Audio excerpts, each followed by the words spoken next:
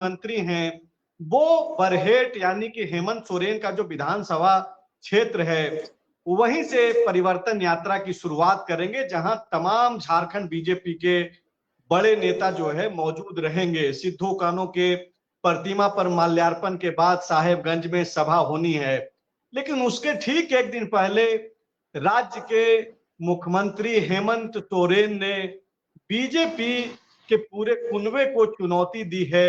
और खास करके आज गढ़वा में मुख्यमंत्री हेमंत सोरेन सरकार आपके द्वार कार्यक्रम के तहत वहां पे कार्यक्रम कर रहे थे, जहां से सीधी चुनौती बीजेपी को हेमंत सोरेन ने दिया है। हेमंत सोरेन ने कहा है कि जितने भी इस राज्य के पूर्व मुख्यमंत्री हैं वो सारे के सारे बीजेपी में शामिल हो गए हैं, और वजह सिर्फ एक है कि कैसे हेमंत सोरेन को हराया जाए, रोका जाए। लेकिन हेमंत सोरेन का दावा है कि वो रुकने वाले नहीं हैं। वजह बता रहे हैं कि झारखंड की जो आम जनता है, गरीब किसान मजदूर, वो हेमंत सोरेन के साथ है।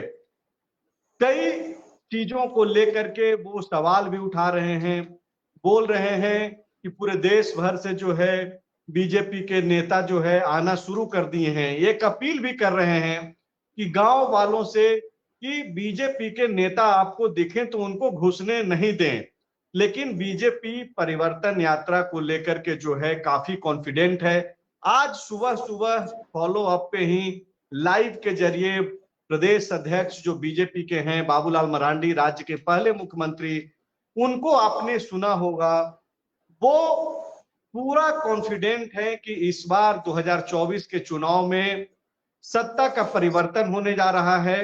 और इसीलिए परिवर्तन यात्रा की शुरुआत जो है बरहेट से की जा रही है। युवा निराश और परेशान हैं, ऐसा बाबूलाल को लगता है।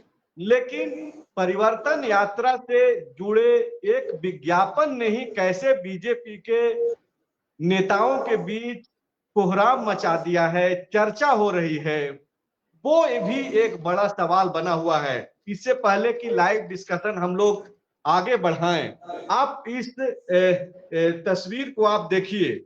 और ये विज्ञापन दरअसल आज अखबारों में दिया गया है। ये दैनिक भास्कर अखबार में आपको दिखा रहा हूं, जिसमें प्रधानमंत्री नरेंद्र मोदी, बगल में बीजेपी के जो राष्ट्रीय अध्यक्ष हैं जेपी नड्डा वो हैं, और नेता प्रतिपक्ष झारखंड के अमर बाउरी और अर्जुन मुंडा हैं। अर्जुन मुंडा पूर्व मुख्यमंत्री और बीजेपी के कद्दावर नेता, पूर्व केंद्रीय मंत्री हैं।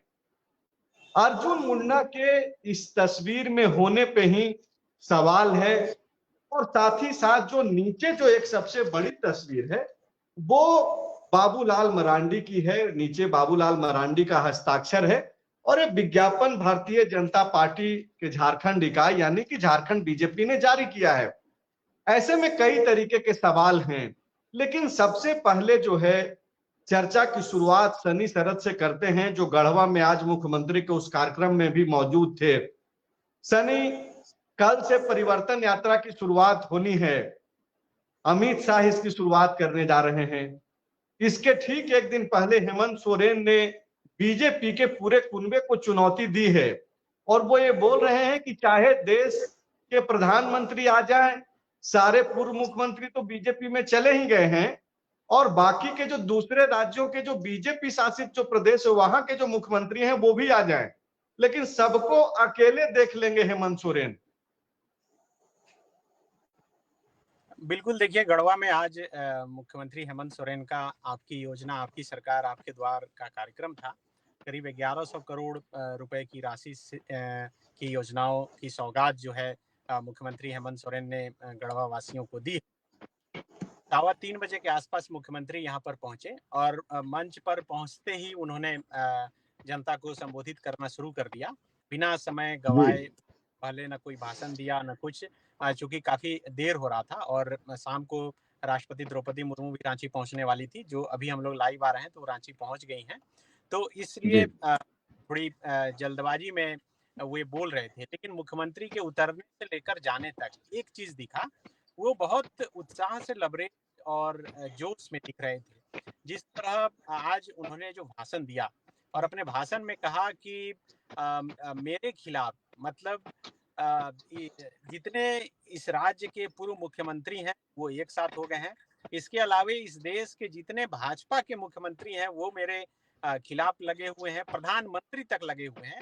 एक अकेला आदिवासी पिछड़ा दलित का बेटा जो है वो लड़ाई लड़ रहा है और उन्होंने कहा कि अकेले हम लड़कर जो है इन सबको को सबक सिखा देंगे। एक संजय आप गौर कीजिएगा, अपना लगातार हेमंत सोरेन अपने भाषण में एक शब्द का प्रयोग कर रहे हैं, वो गिद्ध बोल रहे हैं। वो कह रहे हैं कि बाहरी गिद्ध, अभी चुनाव आ गया है तो वो आएंगे और जाल बिछाएंगे, बस उसमें फंसना नहीं है। आज उससे एक कदम आगे बढ़ते हुए हेमंत सोरेन ने कहा कि चुनाव जैसे ही खत्म होगा इन गिद्धों को उसी बोरा में जो है पैक करके उनका वापस जगह जो है भेज देना है। मतलब हेमंत सोरेन, देखिए हो क्या रहा है कि झारखंड में अभी तक जितने नेता भाषण दे रहे हैं वो एक स्क्रिप्टेड भाषण है, वो एक लय में जो है भाषण होता है। लेकिन हेमंत सोरेन का अभी जो मैं भाषण देने की जो पूरी प्रक्रिया है उसे रीड जो मैं कर पा रहा हूँ, उसे 2019 से जब आप तुलना कीजिएगा तो लगेगा कि अभी जो हेमंत सोरेन बोल रहे हैं वो ऐसा लग रहा है कि मुख्यमंत्री हेमंत सोरेन नहीं बल्कि नेता प्रतिपक्ष हेमंत सोरेन बोल रहे हैं।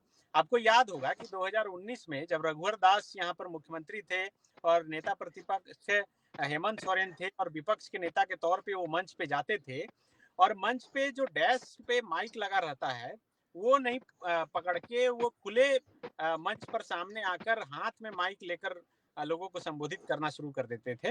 अभी जो पिछले 4-5 सभाओं में मैं देख रहा हूँ, आज गढ़वा में भी जो देखने को मिला, वो माइक पकड़कर ऐसा लग रहा है कि डायरेक्ट लोगों से कनेक्ट कर रहे हैं और उसके बाद फिर लगातार अटैक कर रहे हैं। अभी जहां कहीं भी जा रहे हैं वो पूछ रहे हैं कि आप बताइए कि मैया सम्मान योजना की राशि आपको मिली कि नहीं, अगर वो राशि मिल रही है तो उससे आपको मदद मिल रही है कि नहीं है। अगर आपका इसी तरह आशीर्वाद और प्यार मिलते रहा तो ये प्रधानमंत्री और उसके साथ साथ जितने मुख्यमंत्री मेरे खिलाफ लगे हुए हैं, प्रचार प्रसार कर रहे हैं, लड़ाई लड़ रहे हैं, मैं अकेले अगर आपका आशीर्वाद और प्यार मिलते रहा तो मैं लड़ लूंगा। तो बहुत कुछ गढ़वा में कहा। इससे पहले भी मुख्यमंत्री ने कहा था कि लोकसभा के चुनाव में बीजेपी के को जो है 6 छोटा कर दिया जनता ने। तो एक एग्रेसिवनेस जो है विपक्ष में दिखना चाहिए। मुझे लगता है कि वो मुख्यमंत्री के भाषण में दिख रहा है और वो ऐसा लग रहा है कि वो यहाँ कोई और मुख्यमंत्री है और उस पर वो अटैक कर रहे हैं, लेकिन वो केंद्र पर अटैक कर रहे हैं और केंद्र के बहाने यहाँ जो विपक्ष में है बीजेपी और जितने चेहरे हैं जो मुख्यमंत्री के तौर पे खुद को या तो पेश कर रहे हैं या फिर उस हिसाब से जनता उनमें चेहरा देख रही है, उस पर डायरेक्ट अटैक कर रहे हैं। उन्होंने कहा कि कई लोगों को जो है ये लोग अपने पाले में शामिल कर लेते हैं। पता चलता है कि कभी कोई संथाल का चला गया तो कभी कोई कोल्हान का चला गया तो कभी कोई छोटा नागपुर का चला गया। आप चाहे वो कह रहे हैं कि जितनी आप कोशिश कर लें, जोर लगा लें, लेकिन अगर आप जनता का इसी तरह प्यार और सपोर्ट मिलते रहा तो कोई कुछ डिगा नहीं पाएगा।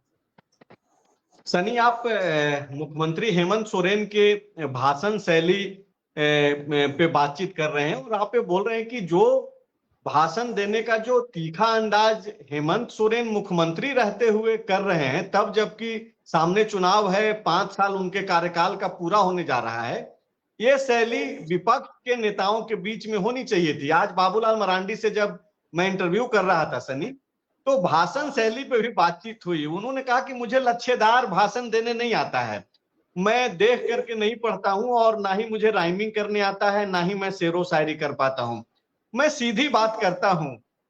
पांडे जी से सवाल है कि पांडे जी, एक तरफ सामने चुनाव है और मुख्यमंत्री जो लग रहे हैं कि विपक्ष में बैठे हुए हैं और वो सवाल खड़े कर रहे हैं, अपने आप को पीड़ित बता रहे हैं, अपने आप को सताया हुआ दिखा रहे हैं। लोकसभा में ये फॉर्मूला काम आया तब जबकि हेमंत सोरेन उस वक्त जेल में थे, अब बाहर हैं, लेकिन अब भी वो अपने आप को पीड़ित के तौर पे पेश कर रहे हैं। उसके पीछे की कई सारी वजह हैं।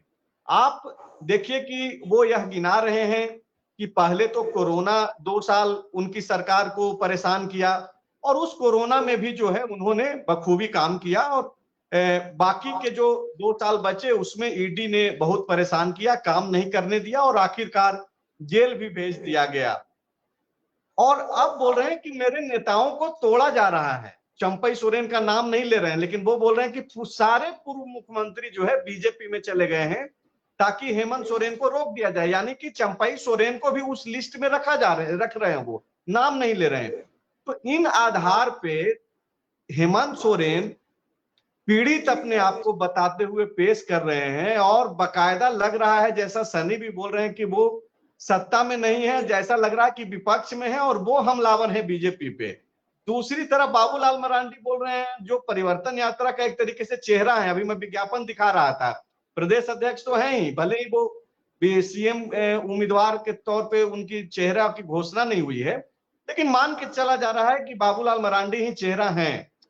तो ऐसे में बाबूलाल मरांडी बोल रहे हैं कि भाई मैं तो लच्छेदार भाषण दे नहीं पाता हूं, शेरो शायरी करता नहीं हूं, स्क्रिप्टेड नहीं पढ़ता हूं, सीधी बात करता हूं। तो जनता कैसे अट्रैक्ट करेगी? ये जो परिवर्तन यात्रा शुरू हो रही है कल से पांडे जी, ये जनता कैसे जोड़ेगी खुद को?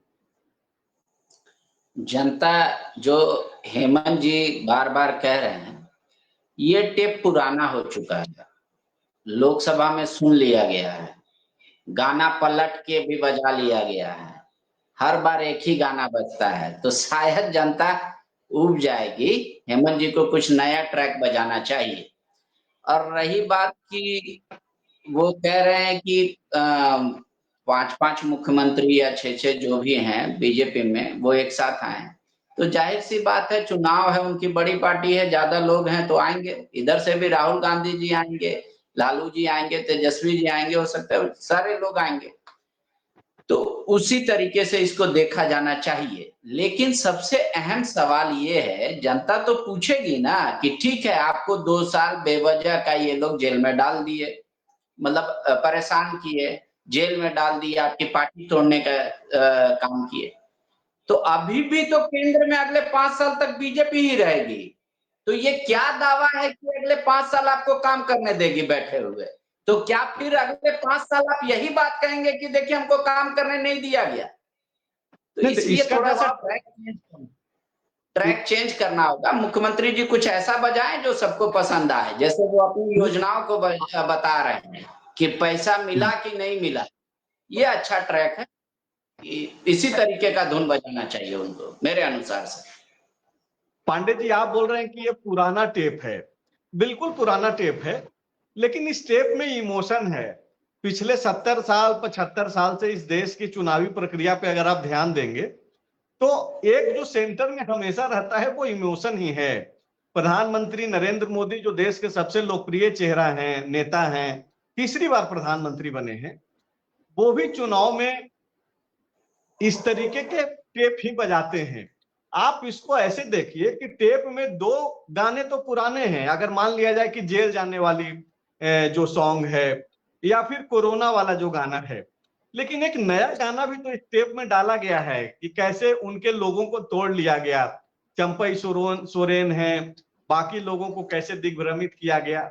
तो इस तरीके की चीजें, और तब जबकि इमोशन बिकता है इस हमारे जो व्यवस्था है, लोकतांत्रिक व्यवस्था, और ये जो वोट करने का जो टेम्परामेंट है या फिर जो तरीका है, वो उन सब चीजों को प्रभावित करता है, इस तरीके की बातें। तो 5 साल तो आगे भी केंद्र में वही रहेंगे ना बीजेपी, तो मुख्यमंत्री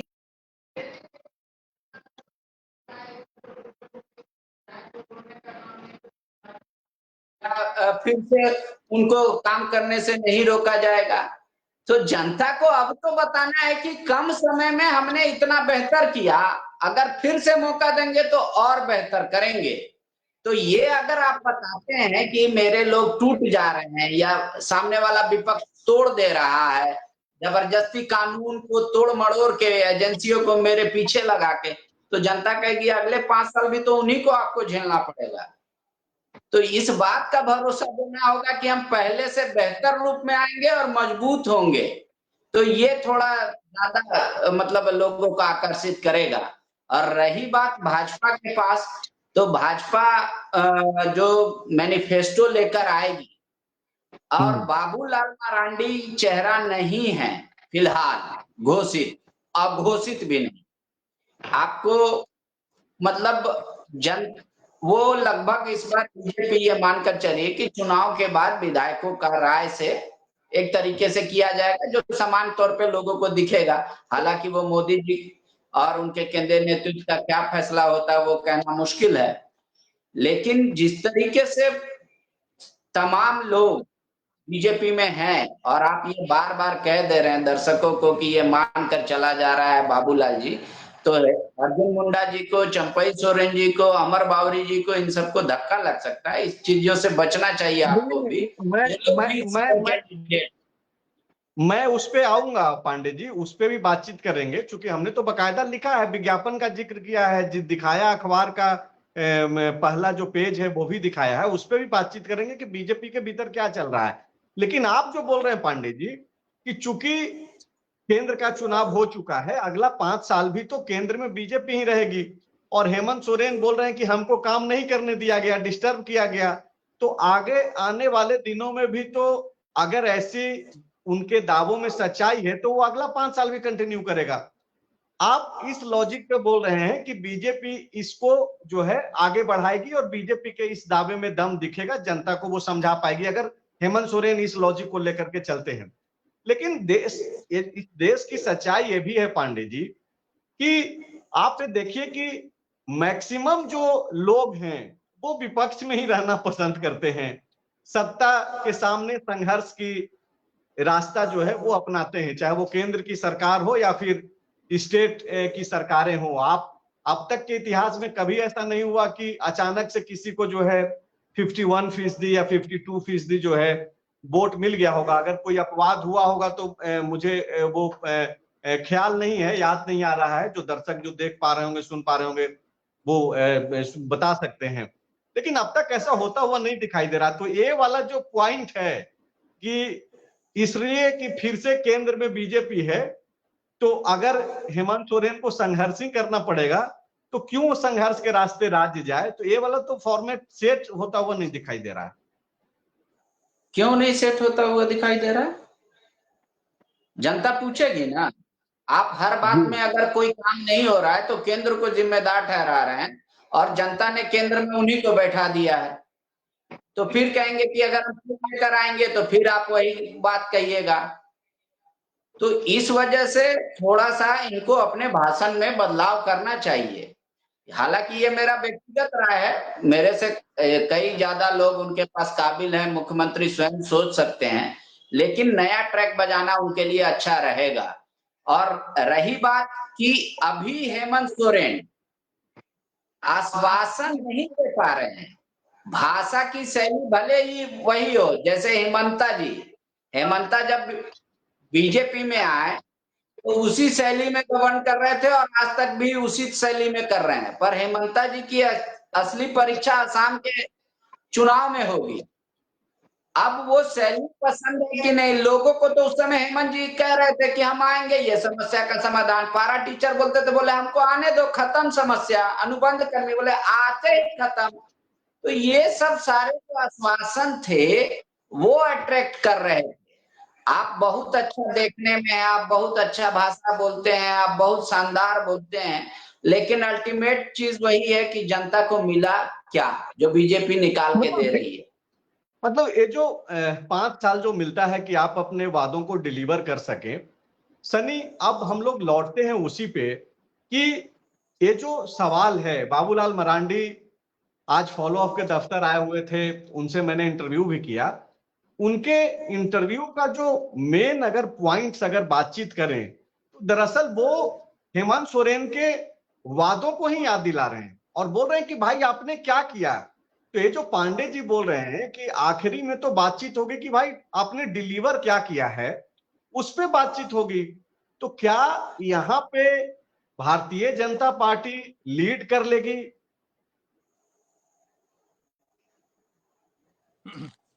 बिल्कुल, देखिए बाबूलाल मरांडी को मैं भी सुन रहा था जब आप बातचीत कर रहे थे, तो वो वही वादा याद दिला रहे थे हेमंत सोरेन को कि आप ही जो बोल कर आए थे।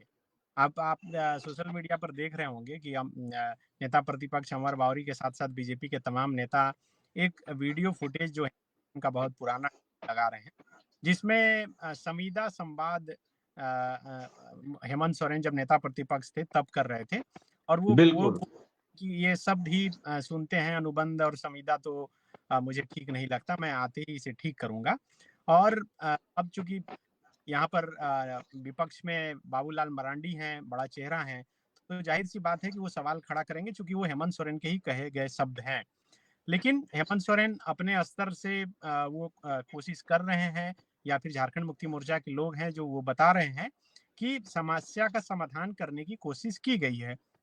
आज जैसे बाबूलाल मरांडी सहायक पुलिस कर्मियों का जिक्र कर रहे थे, तो सहायक पुलिसकर्मी आपने देखा कि किस तरह से हर एक साल उनका अनुबंध जब जब खत्म हुआ तब वो आंदोलन करते रहे। अभी करीब 56 दिन 60 दिन तक लगातार राजधानी रांची में आंदोलन किए, और उसके बाद अभी कैबिनेट से जो उनकी मांगे थी, जो विधायक प्रतिनिधिमंडल विनोद सिंह और टुंडी के विधायक मथुरा महतो जाकर उनसे मुलाकात किए थे, तो उन जो बातचीत में सहमति बनी थी उसे कैबिनेट से अप्रूवल मिल गया है। और उसको अप्रूवल देने के बाद हेमंत सोरेन ने जो बातें कही, उन्होंने कहा कि उन लोगों से ऐसा बॉन्ड भरवा लिया गया था कि इनका कभी हो ही नहीं सकता था कुछ, लेकिन फिर भी सरकार जो है आउट ऑफ वे जाकर इनके लिए कुछ की है, आगे भी कुछ बेहतर करेगी। सहायक पुलिस कर्मियों का जब फॉर्म भराया जा रहा था उसमें बिल्कुल साफ लिखा हुआ था कि इनकी सेवा कभी अस्थायी नहीं की जा सकती है। तो अब चूंकि उनको नियमावली के तहत सब कुछ अब धीरे धीरे डाला जा रहा है, मतलब वो प्रोसेस में डाला गया है। एक ये उदाहरण। दूसरा सबसे बड़ा जो आंदोलन 2019 के समय हुआ, वो पारा शिक्षकों का आंदोलन था। और यही है, पारा शिक्षकों पर आपको याद होगा कि 15 अगस्त के कार्यक्रम के दौरान काला झंडा मुख्यमंत्री, तत्कालीन मुख्यमंत्री को दिखाए जाने के बाद जो है उन्हें लाठी चार्ज हुआ, लाठी डंडे से पीटा गया। और यही वजह है कि पारा शिक्षक नहीं बल्कि झारखंड मुक्ति मोर्चा के कार्यकर्ता के तौर पर चुनाव में काम किए, और हेमंत सोरेन को मुख्यमंत्री बनाने में मजबूत किले के तौर पे वो खड़े रहे। लेकिन पारा शिक्षक का मसला देखिए कि 4.5 साल तक चलते रहा।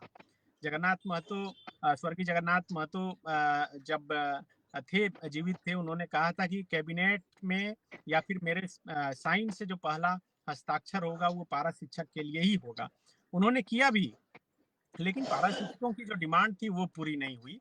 और अभी हाल में देखिए कि पिछले दिनों अभी लगातार बैठक हो रही है, फिर बैठक चल रही है, तो उस हिसाब से सहमति बनाने की कोशिश की जा रही है।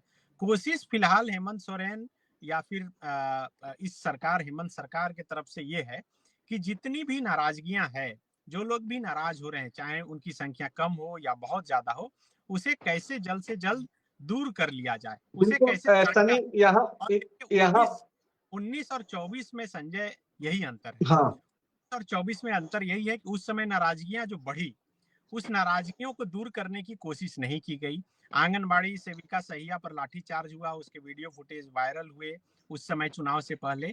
बीच का रास्ता क्या हो सकता है, उस समय कोई बात नहीं हुई। पारा शिक्षकों पर लाठीचार्ज हुई थी, उस समय बीच का रास्ता पर बातचीत नहीं हुई, और वो नाराजगी नहीं बढ़ती सनी, मैं समझ गया, ये सारी बातें ज्यादातर समय हम लोग रखते रहे हैं इस पहलू को। सवाल अब यहीं पे है, पांडे जी से इसका जवाब चाहेंगे कि पांडे जी, आज मुख्यमंत्री हेमंत सोरेन भी अपनी सभा में यही बोल रहे थे कि भाई जो भी आंगनबाड़ी सेविका हो, सहिया हो, इन सारे लोगों की जो समस्याएं थी उसको सरकार समाधान निकाल चुकी है। किसी किसी लोगों को तो 200-200% जो है वेतनमान बढ़ाया गया है। लोग खुद से आ रहे हैं, नाचते गाते हुए सरकार के साथ जो है काम कर रहे हैं। ये बयान मुख्यमंत्री हेमंत सोरेन का है। पांडे जी से मैं अब ये समझना चाहूंगा कि तब जबकि 2019 में हेमंत सोरेन ने वायदा किया था कि अस्थायी तौर पे समायोजन कर लिया जाएगा, या फिर ये जो अनुबंध नाम का जो शब्द है वो जो कोड की तरह है इसको समाप्त कर दिया जाएगा, लेकिन ये दोनों चीजें नहीं हुई। ये ठीक बात है कि कुछ चीजें की भी गई हैं, वेतनमान बढ़ाया गया है, किसी का कॉन्ट्रैक्ट फिर से रिन्यूअल कर दिया गया, किसी की जो दूसरे डिमांड्स थे उसको पूरा किया गया। और यही वजह है कि प्रोजेक्ट भवन में ढोल नगाड़ों और इन सब चीजों का जो है, कल भी कैबिनेट है, संभवतः कल भी कुछ ऐसा देखने को मिले। पांडे जी से मैं समझना चाह रहा हूं, क्या ये ढोल नगाड़ों की आवाज में वो सारे समस्याओं का समाधान जो है वो समाप्त हो गया है, समाधान कर लिया गया है, या फिर भले ही लोग नाचते गाजते आ रहे हैं, लेकिन जो चीजें 2019 में बोला गया था पूर्णतः चूंकि नहीं हुआ है, तो अब भी मन में कोई कसक है? बहुत सारे कसक है। आज जमशेदपुर के डीसी ऑफिस के बाहर सामने आंगनबाड़ी की सेविका सहायिका ही प्रदर्शन कर रही थी। पारा टीचर जी। सड़क पर है, ये बताने की जरूरत है क्या?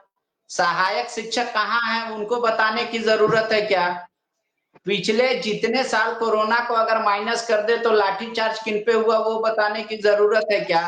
पंचायत स्वयं सेवक को जब संकल्प निकल गया उसके बाद भी क्यों रोका गया, ये बताने की जरूरत है क्या? तो ऐसे कई सवाल हैं। और अगर यही बात रही वर्तमान सरकार में, आपको याद होगा रघुवर जी से भी जब वो मुख्यमंत्री थे उनसे पूछा जाता था तो वो कहते थे कि जनता काम देखती है और मेरा काम बोलता है। उन्होंने क्या किया था? उन्होंने भी तो नियुक्तियां दी थी, दरोगा की बहाली दी थी, ये सहायक पुलिस कर्मियों की बहाली की थी। उसी समय जल सहिया आया था उन्हीं के टाइम में, केंद्र का योजना जिसको उन्होंने किया था। किसान निधि में हर एकड़ 5 दिया था। उनके पास भी बताने को बहुत है। और पारा शिक्षक पिटाने के बाद उनका 50% बढ़ाया था। तो ऐसे कई चीजें थी जो उस वर्तमान उस समय के तत्कालीन सरकार को भी ये लगता था कि हम बेहतर हैं, लेकिन जनता ने कहा कि नहीं, आप बेहतर नहीं हैं, हेमंत जी बेहतर हैं, इसलिए हेमंत जी को मौका दिया। अब हेमंत जी को बेहतर जनता ही बताएगी।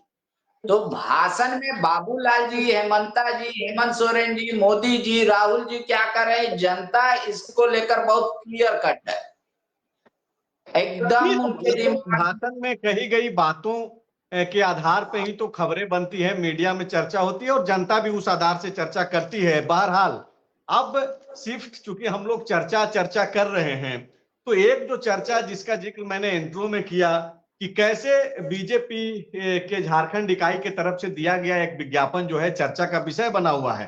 परिवर्तन यात्रा की कल से शुरुआत होनी है और बीजेपी झारखंड ने जो विज्ञापन दिया है उसमें जैसा कि मैंने आपको बताया कि तस्वीरों में सबसे ऊपर प्रधानमंत्री नरेंद्र मोदी जो कि बीजेपी के सर्वमान्य लीडर हैं, वो हैं। जेपी नड्डा जो बीजेपी के राष्ट्रीय अध्यक्ष हैं उनकी तस्वीर है और कायदे से नेता प्रतिपक्ष अमर बाउरी जिनकी तस्वीर होनी भी चाहिए चूंकि प्रदेश बीजेपी का ये विज्ञापन है। और नीचे प्रदेश अध्यक्ष का बाबूलाल मरांडी जी की तस्वीर है, उनका सिग्नेचर है। आमतौर पे इस पार्टी के प्रदेश इकाई का विज्ञापन में जो है अगर फॉर्मेट जो होता है पार्टियों का वो इतना ही होना चाहिए, लेकिन इसमें एक तस्वीर एक्स्ट्रा है और वो तस्वीर है अर्जुन मुंडा की। अर्जुन मुंडा को लेकर के कल भी हम लोगों ने चर्चा की, परसों भी बातचीत की कि कैसे जो है जमशेदपुर में प्रधानमंत्री नरेंद्र मोदी की सभा में एक तरीके से उनको किनारे करने की या फिर किसी भी कारणवश ऐसा दिखा कि वो किनारे कर दिए गए हैं। उसके बाद बीजेपी के दफ्तर में जहां प्रेस कॉन्फ्रेंस होता है उसके बैकग्राउंड में जो होर्डिंग्स लगता है बैकग्राउंड में, उसमें अर्जुन मुंडा की तस्वीर जोड़ी गई। अब विज्ञापन में अर्जुन मुंडा की तस्वीर जोड़ी गई है। तो सबसे पहला सवाल यहीं से शुरू करते हैं इस मसले पे पांडे जी आपसे, ये अर्जुन मुंडा की तस्वीर जोड़ना क्या ये झारखंड बीजेपी की मजबूरी बन गई है या फिर दबाव में झारखंड बीजेपी है? क्योंकि अगर अर्जुन मुंडा की तस्वीर पूर्व मुख्यमंत्री के नाते है तो फिर यहाँ पे चंपई सोरेन की तस्वीर क्यों नहीं है, यहाँ पे मधु कोड़ा की तस्वीर क्यों नहीं है? ना तो वो पूर्व मुख्यमंत्री के नाते तस्वीर चस्पा हुई है और हाँ। ना ही कोई इसको लेकर ये है कि चंपई सोरेन बीजेपी में फिलहाल नेता है लेकिन किसी पद पर नहीं है। अर्जुन मुंडा किस पद पे हैं प्रदेश में? अर्जुन मुंडा आप प्रदेश में भी हैं और केंद्र में भी हैं, इस वजह से उनको जगह दिया गया है। नहीं, रहा कौन से बात, ऐसे पद पे हैं और क्या अर्जुन मुंडा जिस पद पे हैं उस पद पे झारखंड का कोई और नेता नहीं है? झारखंड का कोई और नेता उस पद पर जिस पे अर्जुन नहीं, मुंडा है उस पे कैसे? कौन सा पद है? क्या वो राष्ट्रीय उपाध्यक्ष हैं? और अगर राष्ट्रीय उपाध्यक्ष हैं तो क्या उसमें अन्नपूर्णा देवी भी हैं। चूंकि मेरी जानकारी में नहीं, अगर आपकी भी जानकारी में नहीं है तो कोई बात नहीं है, लेकिन सवाल यही है कि अगर अर्जुन मुंडा की तस्वीर यहाँ पे लगी है तो फिर चंपई सोरेन की तस्वीर क्यों नहीं है और मधु कोड़ा की तस्वीर क्यों नहीं है यहाँ पे? चंपई सोरेन और मधु कोड़ा किसी पद पर नहीं है, पहली बात। दूसरी बात, बीजेपी इससे स्पष्ट कर देना चाहती है कि आप क्लियर रहिए कि हमारा नेता क्लियर नहीं है। कुछ एक तकनीकी शायद कुछ दिक्कतें आई है, सनी शायद ये हुए हैं। आप एक बार देख लें, अमित जो हमारे टेक्निकल जो हैं वीडियो एडिटर हैं, वो इसको देख लें पहले। क्या हम लोग कंटिन्यू करें?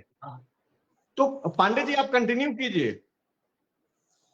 तो अर्जुन मुंडा पद पर हैं पार्टी में, पहले भी रहे, पर मधु कोड़ा और चंपई सोरेन वैसा किसी पद पर नहीं है। एक दूसरी बात, बीजेपी इस विज्ञापन से क्लियर करना चाहती है कि सीएम का चेहरा हमारे यहाँ क्लियर नहीं है।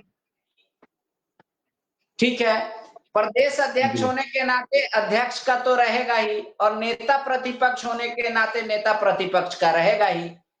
इसी वजह से इनको अर्जुन मुंडा को स्थान दिया गया है, ताकि कोई पब्लिक भ्रम में ना रहे कि बाबूलाल ही सीएम बनने वाले हैं। नहीं पांडे जी, आप तो बोल रहे हैं कि कोई पब्लिक भ्रम में नहीं रहे।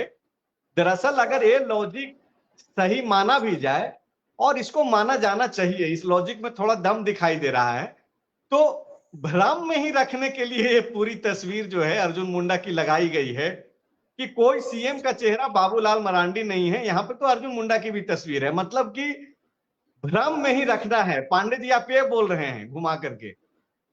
हाँ बिल्कुल, पब्लिक को क्लियर करना चाहती है बीजेपी की। ये क्लियर समझ लीजिए, अभी हमारे यहाँ कोई सीएम कैंडिडेट का चेहरा अनाउंस्ड नहीं है, और भविष्य में अगर अनाउंस होगा तो देखिएगा अर्जुन मुंडा जी शायद संभवतः वहां से हट जाए, या पार्टी स्तर पे। आपको बता दें कि अर्जुन मुंडा फिलहाल कोर कमेटी के भी सदस्य हैं। कौन चुनाव लड़ेगा उसकी स्क्रूटनी भी अर्जुन मुंडा करते हैं। नहीं, इसमें कई और चेहरे हैं, झारखंड बीजेपी के कई और चेहरे हैं जो कोर कमेटी के सदस्य हैं, तो वो एक लॉजिक नहीं बनता है। आप जो ये लॉजिक दे रहे हैं कि आप जो ये लॉजिक दे रहे हैं पांडे जी, और जो ठीक भी है खबरों के लिहाज से, कि भ्रम में ही रखना है कि मेरा पार्टी के तरफ से अब तक कोई चेहरा डिसाइडेड नहीं है।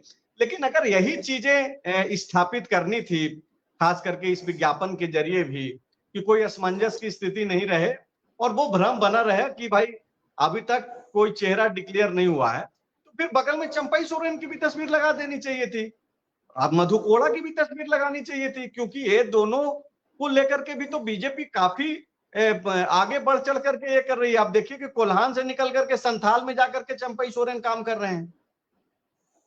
चंपई सोरेन की अगर तस्वीर लगेगी तो सरोज सिंह की क्यों नहीं लगेगी? तब फिर योगेंद्र प्रताप यादव की क्यों नहीं लगेगी? चंपई सोरेन को आप और मधु कोड़ा को इसलिए दे रहे हैं क्योंकि वो एक सीएम है। नहीं पांडे जी माफ कीजिएगा, पांडे जी सरोज सिंह का मैं कद छोटा नहीं बता रहा हूं, या फिर योगेंद्र प्रताप जी का, वो दोनों बीजेपी के लीडर हैं और फ्यूचर हैं झारखंड बीजेपी में। लेकिन आप चंपई सोरेन से तुलना मत कीजिए, चंपई सोरेन का अपना एक कद है। नहीं, इस पेज के लिए नहीं है, कोई लॉजिक होगा ना। ऐसा नहीं मान रही है बीजेपी, ऐसा नहीं मान रही है। नहीं, वो कहेगी कि हम किस नाते उनको दे, क्या पद कोई पार्टी का पदाधिकारी है? नहीं है, तो हम किस हैसियत से वहां दे पाएंगे? आप देखिए पांडे जी कैसे चंपई सोरेन को रह रह करके उनको संदेश दिया जा रहा है।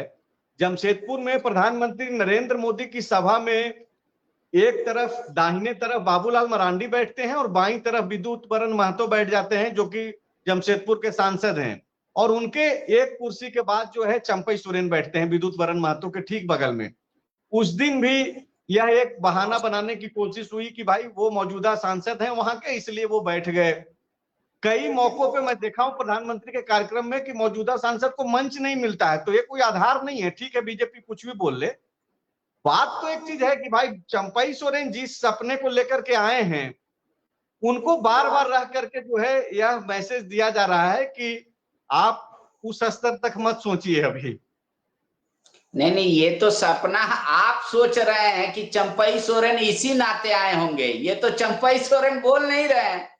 चंपई सोरेन से मैंने बार बार पूछा कि भैया आप तो मंत्री वहां भी थे और आप मुख्यमंत्री क्या, अब तो वही स्टेप बचता है। तो कहने पार्टी जो जिम्मेदारी देगी, पार्टी जो जिम्मेदारी देगी, तो हो सकता है पार्टी अभी अपनी परीक्षा ले रही है कि बर्दाश्त कीजिए। पांडे जी, लाइव लंबा हो रहा है, ये आखिरी सवाल है, इसके बाद समाप्त करेंगे। सन्नी भी चूंकि गढ़वा के इंटीरियर इलाके में है, तो वो उनका नेटवर्क शायद समाप्त हुआ होगा या फिर डिस्टर्ब कर रहा होगा, तो वो लॉग आउट कर गए हैं। आखिरी सवाल ये है, आप जो बोल रहे हैं कि मैं सपना देख रहा हूं, मैं सपना नहीं देख रहा हूं। मैं क्यों सपना देखूंगा? मेरा काम है कि जो लोग सपना देख रहे हैं या फिर उस दिशा में काम कर रहे हैं, उस पर नजर रखना है। वही काम आप भी करते हैं। आप देखिए कि प्रधानमंत्री नरेंद्र मोदी बोल रहे हैं कि चंपई सोरेन के साथ अन्याय हुआ है। तो अन्याय कैसे हुआ? उनको तो जब मुख्यमंत्री का पद उनसे ले लिया गया, वो तो प्रधानमंत्री ने इस चीज का जिक्र किया कि भाई जिस तरीके से मुख्यमंत्री का पद इनसे छीना गया, जिस तरीके से इनके साथ गलत हुआ, झारखंड का आदिवासी समाज दुखी है। तो तब जबकि प्रधानमंत्री, जो इस देश के प्रधानमंत्री हैं, बीजेपी के सबसे बड़े लीडर, सर्वमान्य लीडर हैं मौजूदा समय में, वो ये मान रहे हैं कि चंपई सोरेन के साथ अन्याय हुआ है। तो अन्याय हुआ है तो न्याय कैसे होगा फिर?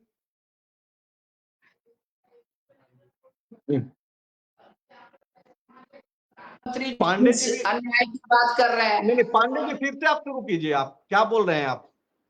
मैंने कहा प्रधानमंत्री जिस अन्याय की बात कर रहे हैं, तो क्या वो सिर्फ सम्मान के तौर पे देखा गया?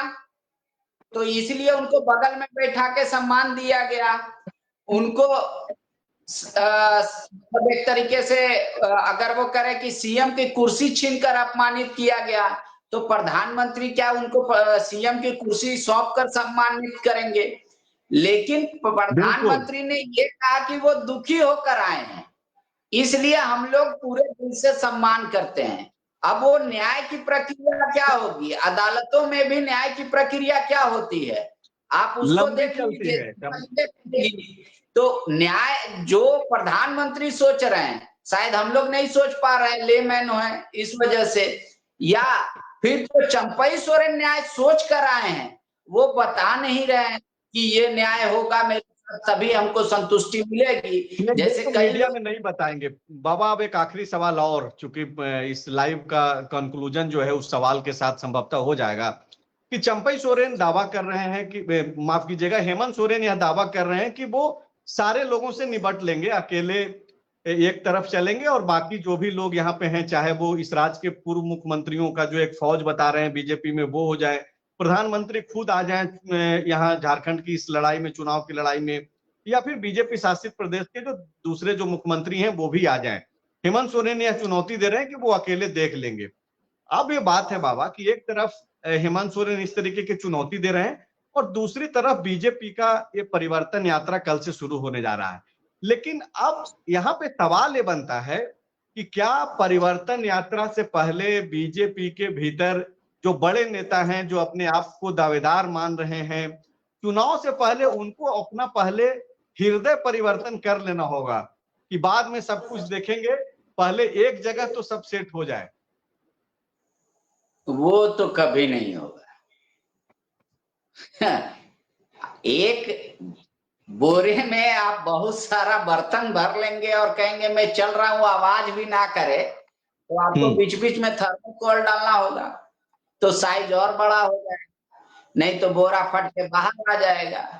तो अरमान भले ही किसी के मन में हो, लेकिन सबका निश्चय जो एक ही है कि परिवर्तन परिवर्तन। तो बस पार्टी उसी चीज को दिखा रही है कि आप सिर्फ परिवर्तन लाने का सोचिए, बाकी का काम विधायक कर लेंगे। और विधायक कैसे करते हैं वो आपको भी पता है, विधायक कैसे अपना नेता चुन लेते हैं, विधायक कैसे रायशुमारी में किसी का नाम प्रस्तावित कर देते हैं, तो ये जनता को पता है। फिलहाल जिस तरीके से मध्य प्रदेश का ये चुनाव का आप देख लीजिए, हैवी वेट चैंपियनशिप लड़ाया गया, जिस तरीके से रिजल्ट आया, किसी ने नहीं सोचा था कि शिवराज जी को इतने अच्छे रिजल्ट के बावजूद भी कहीं और जगह धरा दिया जाएगा, लेकिन ये जी। सब कुछ हो गया, राजनीति है। अभी पार्टी चाह रही है कि कोई गुट ना दिखे, इसी वजह से अर्जुन मुंडा को वहां पे स्थापित किया गया है। मधु कोड़ा का कोई गुट नहीं माना जाता है। चंपई सोरेन फिलहाल बीजेपी में गुट बना नहीं पाए हैं, तो अब रहा बात किस गुट की और बात की जाए, और किसी की तो तस्वीर लगाई नहीं जा सकती पूर्व सीएम की, तो इस वजह से भी अर्जुन मुंडा को जगह दी गई है कि भैया आपका भी सम्मान है, इनका भी सम्मान है। हो सकता है कि कुछ एक दिनों के बाद आप देखिएगा कि चंपई सोरेन का भी तस्वीर लगने लगेगी, पर फिलहाल मुझे ऐसा नहीं लगता, क्योंकि पार्टी में कई तरह की क्वायरी शुरू हो जाती है। लेकिन चंपई सोरेन को सम्मान दे रही है पार्टी, ये बीजेपी दिखाएगी और उनको ये एहसास भी कराएगी कि आप दादा मेरे लिए पलकों पर विराजमान करते हैं। इसमें बीजेपी के कार्यकर्ता कोई कोर कसर नहीं छोड़ेंगे। नहीं तो क्या कोई बीजेपी पार्टी में रह के अपना या कोई भी एक कार्यक्रम कर सकता है बिना पार्टी की अनुमति के? ऐसा आपको लगता है? या तो पार्टी ने कांग्रेस तो अनुमति दी ही होगी। तो बहरहाल लाइव को अब यहीं पे समाप्त करते हैं। तो जो भी लोग खास करके झारखंड की राजनीतिक खबरों पे नजर बनाए रख रहे हैं, क्योंकि अब सामने चुनाव है, तो ऐसे में दोनों तरफ से पक्ष हो या विपक्ष अपने अपने दावे किए जाएंगे, किसी के वादे गिनाए जाएंगे, तो किसी को ये बताया जाएगा कि कैसे उन्हें सताया गया है। और ये सारी प्रक्रियाएं जो है चल रही हैं। कौन बाजी मारेगा उसके लिए तो इंतजार करना पड़ेगा। कयास यह लगाए जा रहे हैं कि संभवतः दुर्गा पूजा यानी कि 10वीं तक जो है, विजयादशमी से 1-2 दिन पहले या 1-2 दिन बाद में जो है कभी भी चुनाव की घोषणा हो सकती है। तो आप लोग झारखंड की तमाम बड़ी खबरें और जो जरूरी खबरें हैं उसको जानने और समझने के लिए, देखते रहने के लिए फॉलो अप से जुड़े रहिए। आप तमाम दर्शक जो इस लाइव का हिस्सा रहे उन सबको शुक्रिया।